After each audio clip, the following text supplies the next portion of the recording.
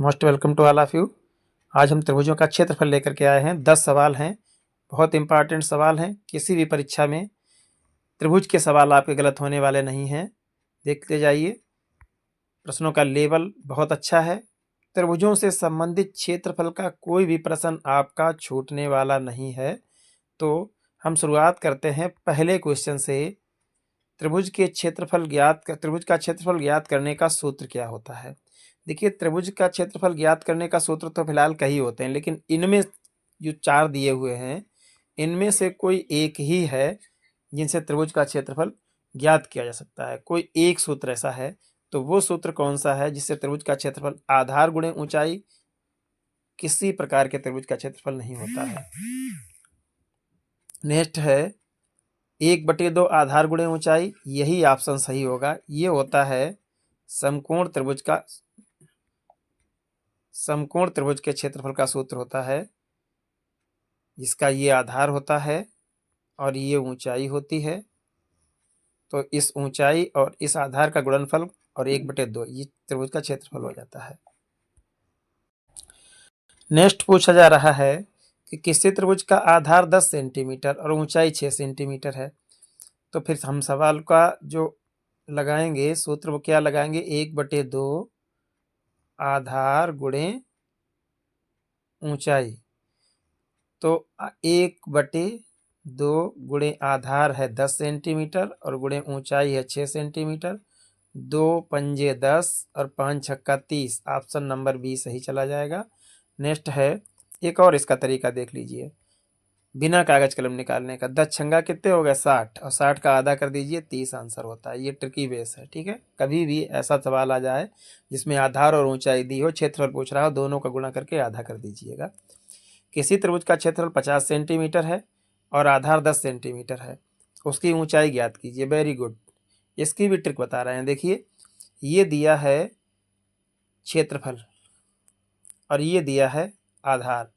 आप क्या करेंगे, इस आधार का आधा कर देंगे, यानी कितना कर देंगे, 5।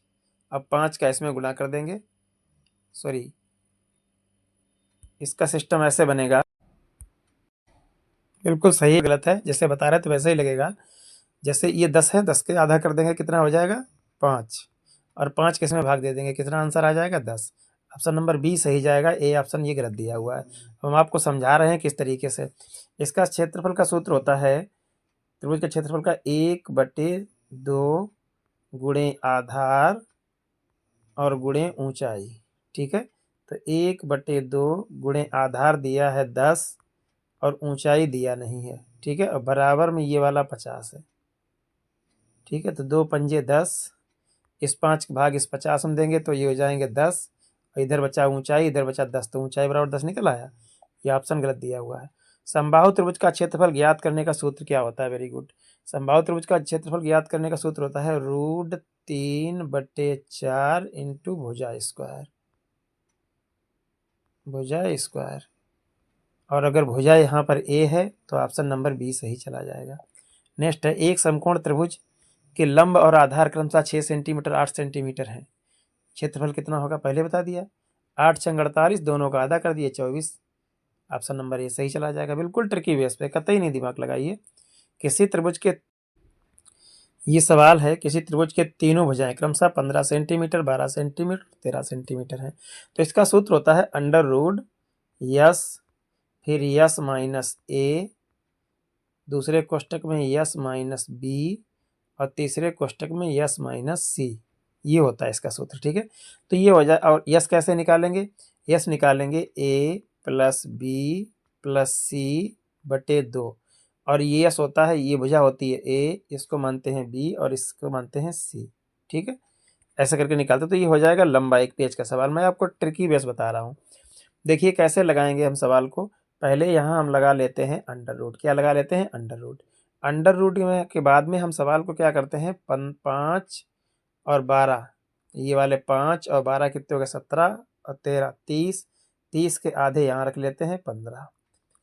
इसमें गुणा करेंगे, इस 15 में से घटाएंगे पहले 5 तो बचेंगे 10, फिर 15 में से 12 घटाएंगे बचेंगे 3, फिर 15 में से 13 घटाएंगे बचेंगे 2, यानी 15 में से पहले ये भुजा घटा ली, फिर ये घटा ली और उसके बाद ये घटा ली। ठीक है, अब इन सब का गुणा कर देंगे तो 15.150 और 150 का 3 में तो 450, तो 450 का किया 2 में तो हो गए 900।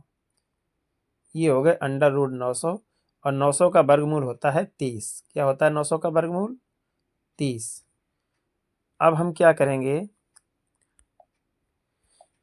900 ये वाले हैं, इसका वर्गमूल होता है 30, तो ऑप्शन नंबर चला जाएगा 30। ऑप्शन नंबर ए सही है। नेक्स्ट क्वेश्चन है, किसी त्रिभुज का क्षेत्रफल 84 वर्ग सेंटीमीटर है, ऊंचाई 12 सेंटीमीटर, आधार ज्ञात कीजिए। वेरी इजी सवाल है। इस ऊंचाई का आधा कितना हो गया? 6। 6 का भाग दे दिए 84 में, 14 84, 14 सेंटीमीटर आंसर है इसका। Very easy. चाहे ऊंचाई दी हो उसका आधा भाग दे दिए क्षेत्रफल में, चाहे आधार दिया हो उसका आधा दे दिए क्षेत्रफल में। आधार दिया है, आधार का आधा देंगे तो ऊंचाई निकल आएगी, ऊंचाई का आधे का भाग देंगे तो आधार निकल आएगा। यदि किसी त्रिभुज का आधार दोगुना कर दिया जाए तो ऊंचाई और ऊंचाई आधी कर दी जाए तो क्षेत्रफल पर क्या प्रभाव पड़ेगा? ऐसे सवाल जब भी हों बिल्कुल बिना सोचे समझे लगा दीजिए, अपरिवर्तित रहेगा, कतई समय नहीं लगाना है।